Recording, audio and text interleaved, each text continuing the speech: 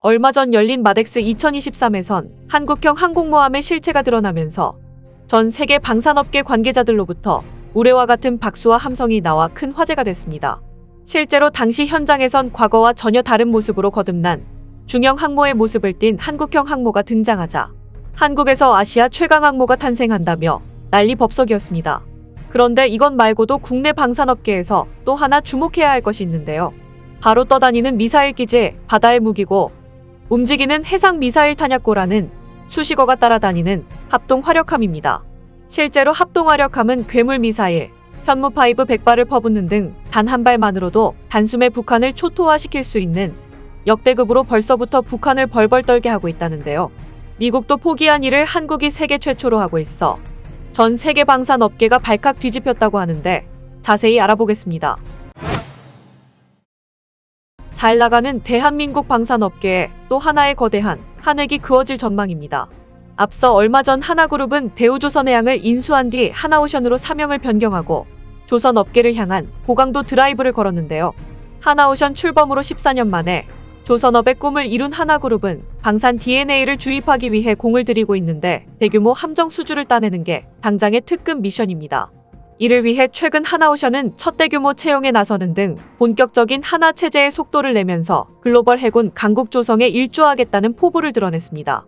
조선업체들 역시 하나오션을 비롯해 3년치 이상 일감을 확보하는 등 업황이 안 좋았던 몇 년 전과 비교해 모처럼 활기를 띠고 있다며 하나오션의 대규모 채용이 이런 좋은 흐름과 맞닿아 있다고 입을 모았는데요.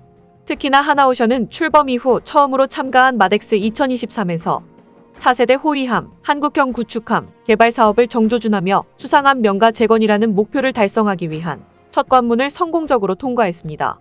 이번 방산 전시회에서 하나오션은 주력 수상함 4종을 공개했는데 바로 울산급 배치3 FFX, KDDX, 한국형 차세대 스마트 구축함, 합동화력함이 그 주인공이었습니다.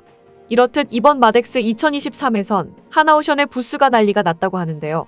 다름 아닌 괴물 미사일로 불리는 현무5를 비롯해 최대 100발 안팎의 각종 탄도, 순항, 요격 미사일들을 탑재해 북한 미사일 기지를 초토화할 수 있는 합동화력함 때문이었습니다.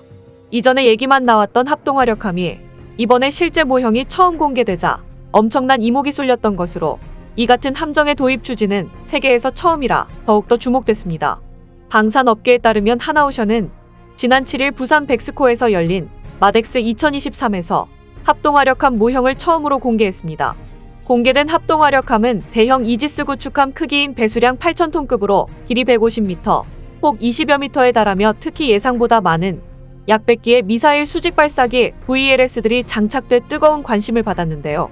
당초 검토됐던 합동화력함은 5,000톤급의 80기의 미사일 수직 발사기를 탑재하는 형태였는데 예상과 달리 외형이 스텔스함 구축함 형태를 띠는 등 화력도 계획보다 강화된 탑재 미사일 숫자가 늘어나면서 한껏 힘을 실은 모습이었습니다. 사실 그동안 우리 해군은 몇 년 전부터 합동화력함의 구성이나 목표에 대해 연구를 진행해 왔는데 공식적으로 합동화력함을 건조하겠다고 밝힌 건 2018년 국회 국정감사 때였습니다. 그러던 중 앞서 4월 당시 대우조선해양이 합동화력함의 개념 설계 계약을 따내는데 성공했고 하나가 대우조선해양을 인수하면서 뒤를 잇게 됐습니다. 그리고 마침내 마덱스 2023에서 합동화력함 개념 모델이 처음 공개된 겁니다. 개념 설계는 말 그대로 개념을 잡는 것으로 세부적인 부품 하나하나까지 정하지 않지만 길이, 폭, 무게, 사용 장비의 큰 틀을 잡고 어떤 성능을 낼 수 있을지, 가격과 제작 시간은 어떻게 될지 예측하는 설계입니다. 그런데 앞서 4월에 대우조선해양이 개념 설계 우선 협상 대상자로 선정됐다고 하니 이를 시작한 지 불과 2달 정도밖에 흐르지 않은 건데요. 이런 점을 미뤄볼 때 하나오션이 공개한 합동화력함은 아직 불확실한 부분이 있지만 기존에 알려진 5,000톤급 선체나 상륙함 개조 설계와는 완전히 다른 디자인을 내놓았다고 하는 거의 기적과도 같은 정말 놀라운 일입니다.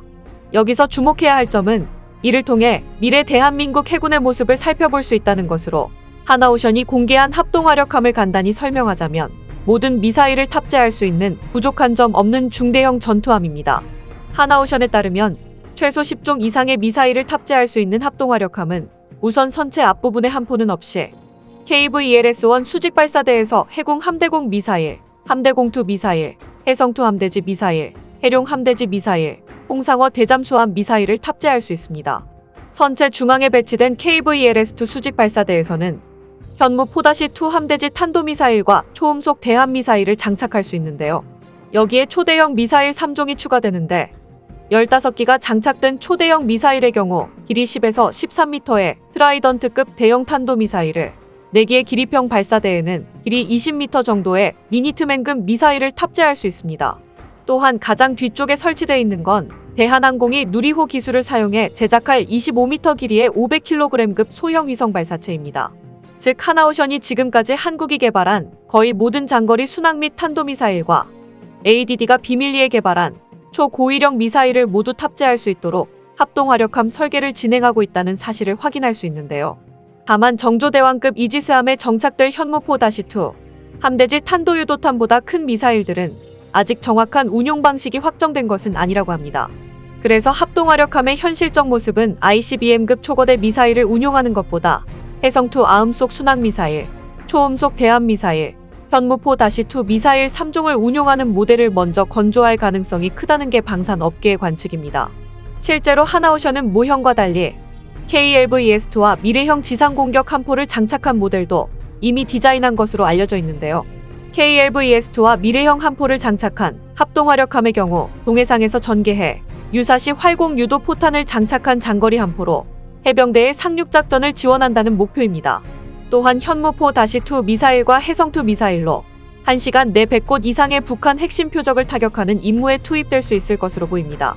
특히나 합동화력함의 스펙 중 가장 관심을 끌고 있는 건 함정 뒤편에 있는 길이 20m가량에 달하는 4기의 기립형 발사대인데요.